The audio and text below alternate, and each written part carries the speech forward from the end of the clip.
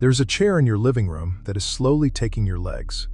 Not dramatically, not all at once. A little every day, every year, every decade. The ergonomic sofa, the recliner, the adjustable armchair.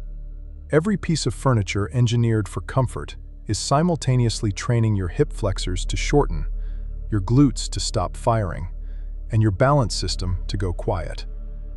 And the quieter it goes, the harder it becomes to catch yourself when something goes wrong. Here's the number that reframes everything.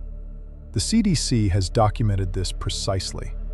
Falls are the leading cause of injury-related death in adults over 65. Not falls from height, falls from standing, a slip on a rug, a step off a curb at the wrong angle. And the most modifiable predictors of fall risk aren't cardiovascular fitness or diet. They're lower body strength and balance. The things you build or lose through the movement patterns embedded in your daily environment. In Okinawa, this was never a problem they had to solve. It wasn't even a question. The floor was the furniture. And the act of getting up and down from it, dozens of times a day, every day, for an entire lifetime, built a kind of functional resilience that no gym program has ever been able to fully replicate. In the next 20 minutes, you're going to understand exactly why. And you'll leave with a 3-tier system you can start this week, regardless of your current fitness level. I'll also tell you, near the end, the one mechanism that researchers almost missed entirely. The reason this isn't just about muscle strength, but about something that affects every system in your body after 60. I'm saving that for last because it only makes sense once you understand the first 2 pieces. Let's start where it begins. You've probably been told the solution is more exercise. If your legs are weakening, go to the gym, do some squats, a fitness class, 3 times a week. That's the prescription. Here's what the data shows. People who exercise 3 times a week but spend the rest of their waking hours on a sofa, that activity doesn't compensate for what the chair is doing. Structured exercise is not the problem. Structural inactivity is. That's a different thing entirely. The problem isn't that people over 50 don't exercise enough. The problem is that their home environment is physically designed to weaken them. Every surface engineered for comfort is training the proprioceptive system to go quiet. That last part is the one nobody talks about, and it's the one that matters most. In Okinawa, none of this was a question they had to solve. The floor was the furniture, and the act of getting up and down from it, 30 to 40 times a day, built something that a Tuesday gym session cannot replicate. This video covers 3 pillars. The first is floor mobility. What it is, why it matters, and what your body can tell you about it right now. The second is the modern trap, the specific thing most people over 60 do that they believe is helping their legs, but is quietly making the problem worse. The third is the piece that ties the whole system together, the reason these habits don't plateau. In Okinawa's traditional homes, there are no sofas and no dining chairs. The table sits close to the floor. Food is eaten sitting cross-legged or kneeling or in a low squat. After the meal, someone lowers themselves to a futon on the tatami to rest, then gets back up, then goes to the garden, then sits again, then stands again. Researchers who studied centenarians in Ogimi estimated that the average person there lowers themselves to the floor and rises back up somewhere between 30 and 40 times per day. Not as exercise, as life. That number matters enormously, because what happens to your body when you do that 30 times a day, every day, for 80 years, is not what happens to your body when you do 12 squats at the gym on Tuesday. The mechanism is called neuromuscular integration. Your body's ability to balance, to catch yourself, to change direction without falling, depends on a constant conversation between your muscles and your nervous system. Your joints send positional information upward. Your brain sends correction signals downward. That conversation requires practice, frequent, varied, real-world movement. When you sit still for 10 hours a day on a supported surface, that conversation goes quiet. After 60, the neuromuscular signal gets slower. The window for correction gets shorter. And when someone slips on a rug or steps off a curb at the wrong angle, The body that has been sitting on a sofa for 30 years doesn't have the reflexes to respond in time.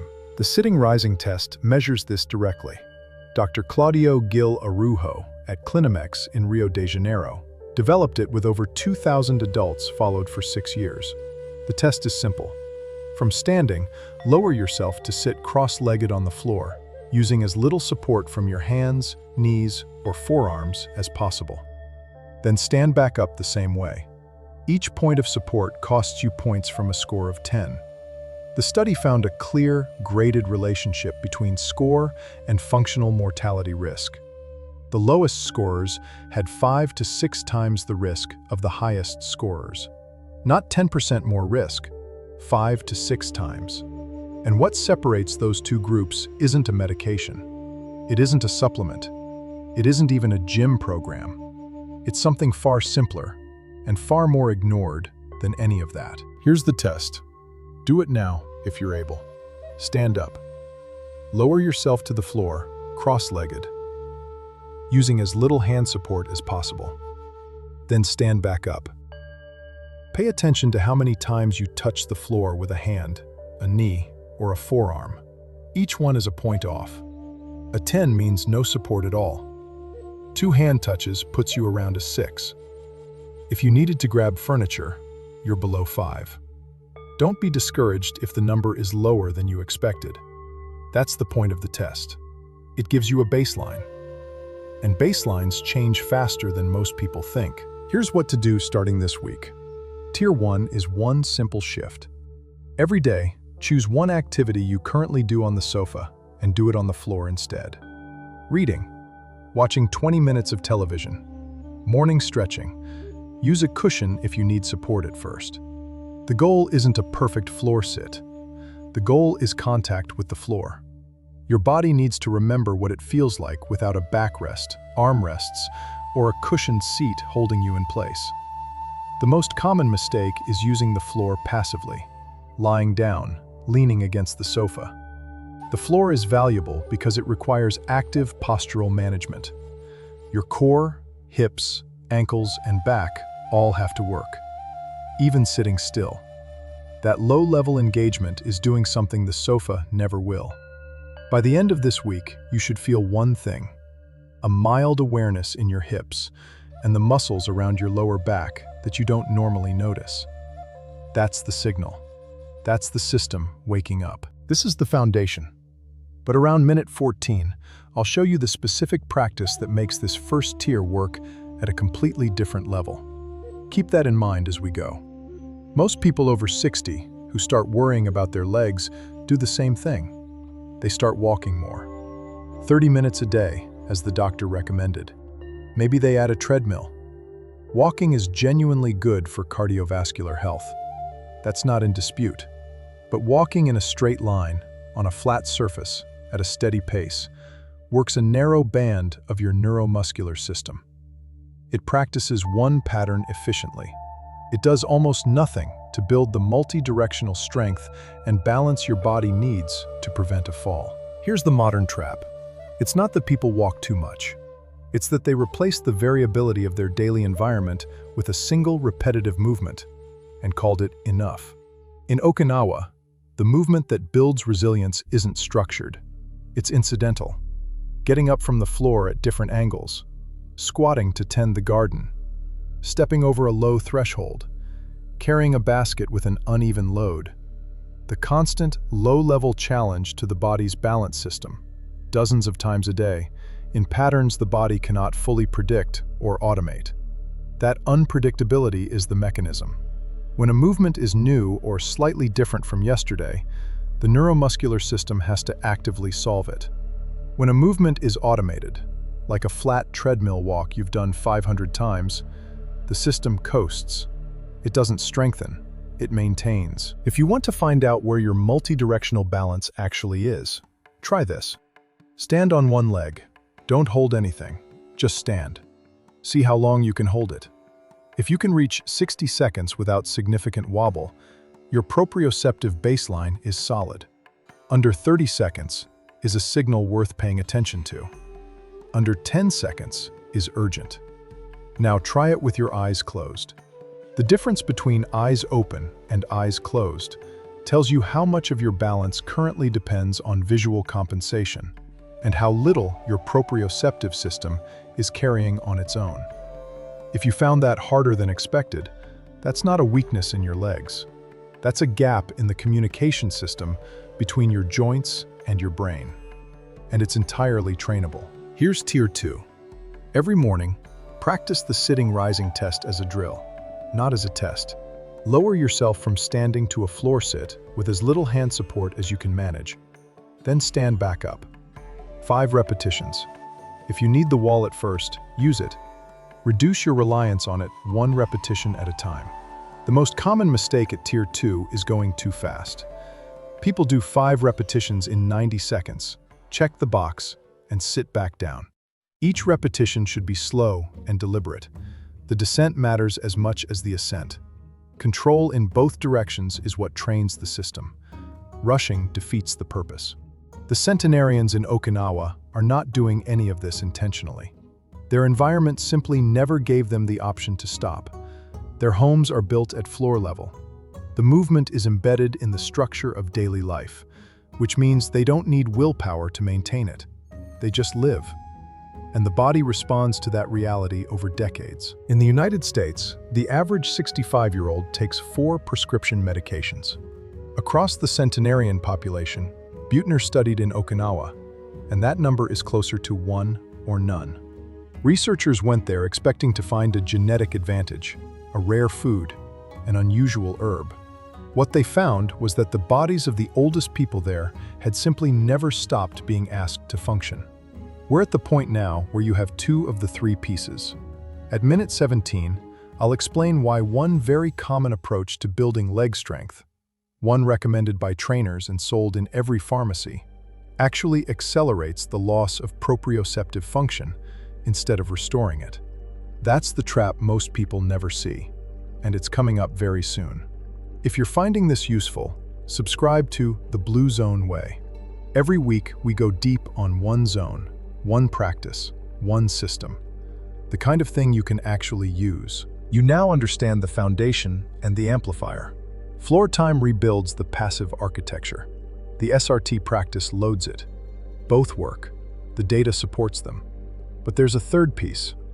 The one researcher came closest to missing. When the team studying Okinawan Centenarians for the Blue Zones project began documenting their daily patterns, they focused first on diet. The purple sweet potatoes, the miso, the bitter melon. Then social connection. Then purpose, ikigai. All real, all documented. What almost slipped past them was something so mundane it barely registered. These people never stopped using the ground as a primary surface for rest. Every day, multiple times, until they were in their 90s and beyond. Here's the mechanism that almost no one in the Western health conversation mentions. It isn't a food. It isn't a supplement. It's gravitational loading. When you sit in a supported chair, the spine, hips, and legs receive very little vertical load. The muscles don't need to work. The bones don't receive the mechanical signal that tells them to maintain density. When you sit on the floor, cross-legged, in a low squat, kneeling, the body manages its own load without external support. Constantly. Passively.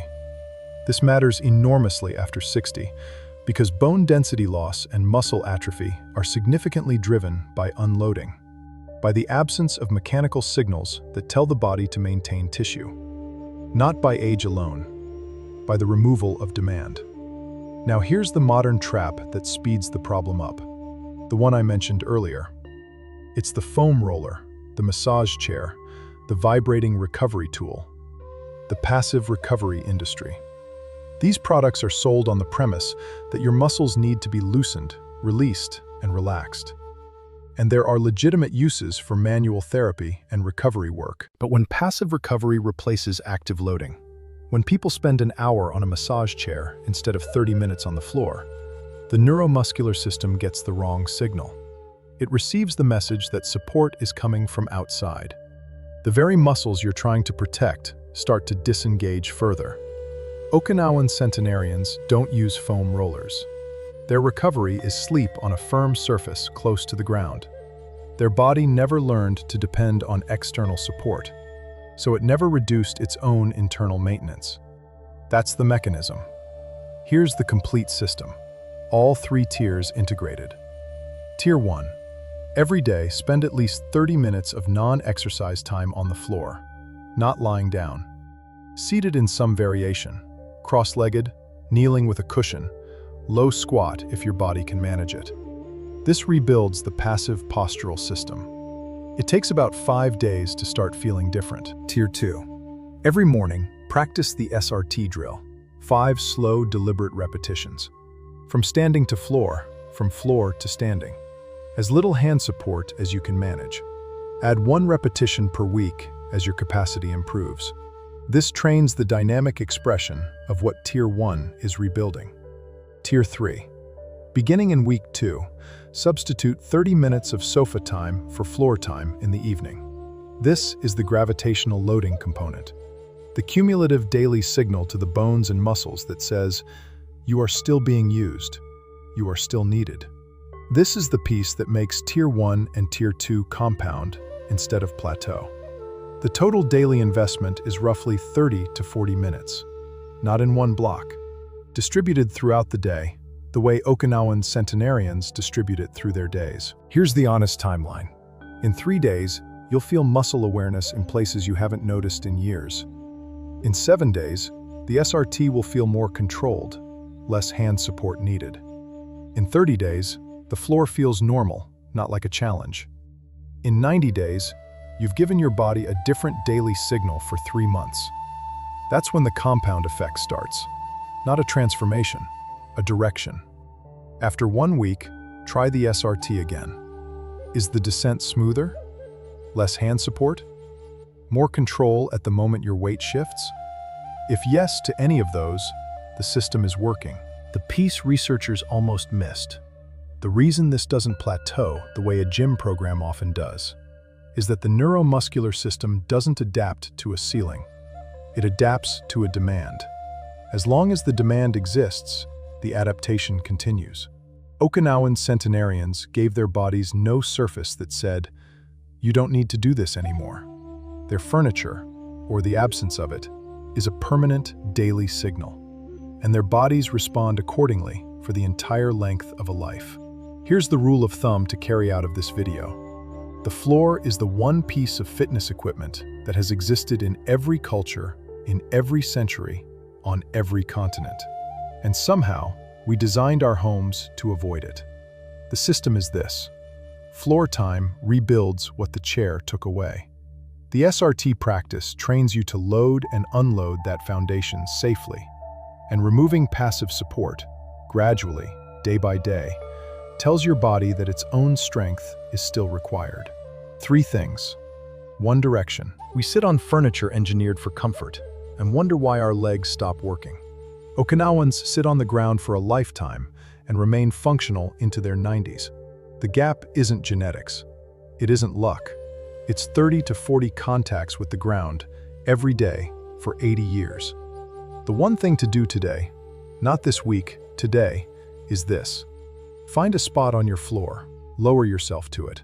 Sit there for 20 minutes, doing something you were going to do on the sofa anyway. That's it. Your body will tell you immediately that something is different. Subscribe to the Blue Zone Way if you want to keep going. Every week we cover 1 zone, 1 practice, 1 system, from Sardinia to Nicoya to Ikaria to Loma Linda. Everything ends with something you can use this week.